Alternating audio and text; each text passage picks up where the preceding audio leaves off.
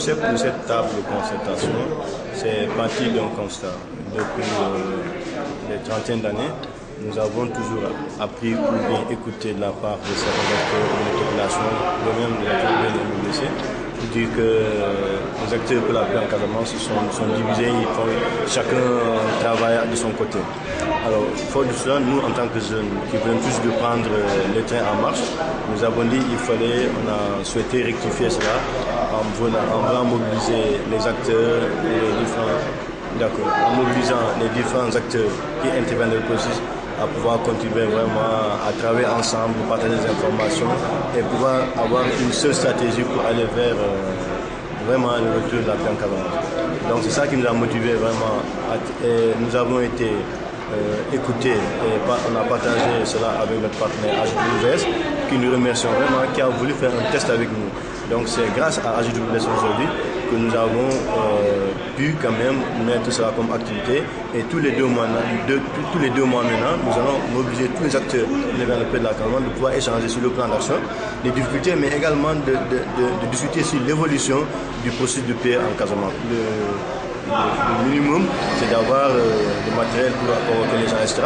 Et ici, comme je l'ai dit, il n'y a pas de moyen qu'on donne à chaque acteur, mais chaque acteur étant acteur sur le terrain, vient avec son plan d'action, vient avec son idée, pour qu'on puisse échanger comme ça pour éviter vraiment le doublon sur le terrain, mais également pour éviter également que chacun travaille de son côté. Voilà, je me réserve souvent de dire qu'il y a une division.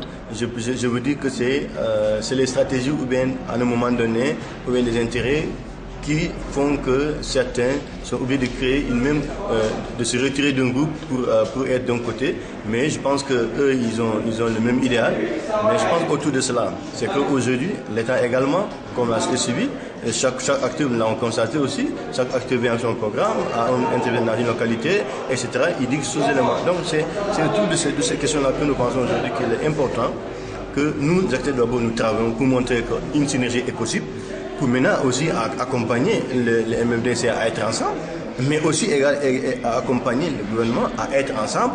C'est que maintenant on aura trois parties, ça veut dire le gouvernement comme un seul homme, le MFDC comme un seul homme et la société civile comme un seul homme.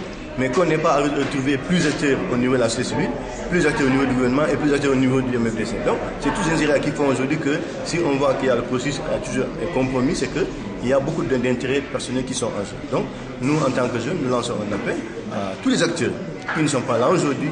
Certainement, on n'a pas pu les identifier parce que ce n'est pas nous qui avons accepté la table ronde. C'est une idée qu'on a émise et qu'on a voulu vraiment mettre en place et avec la plateforme.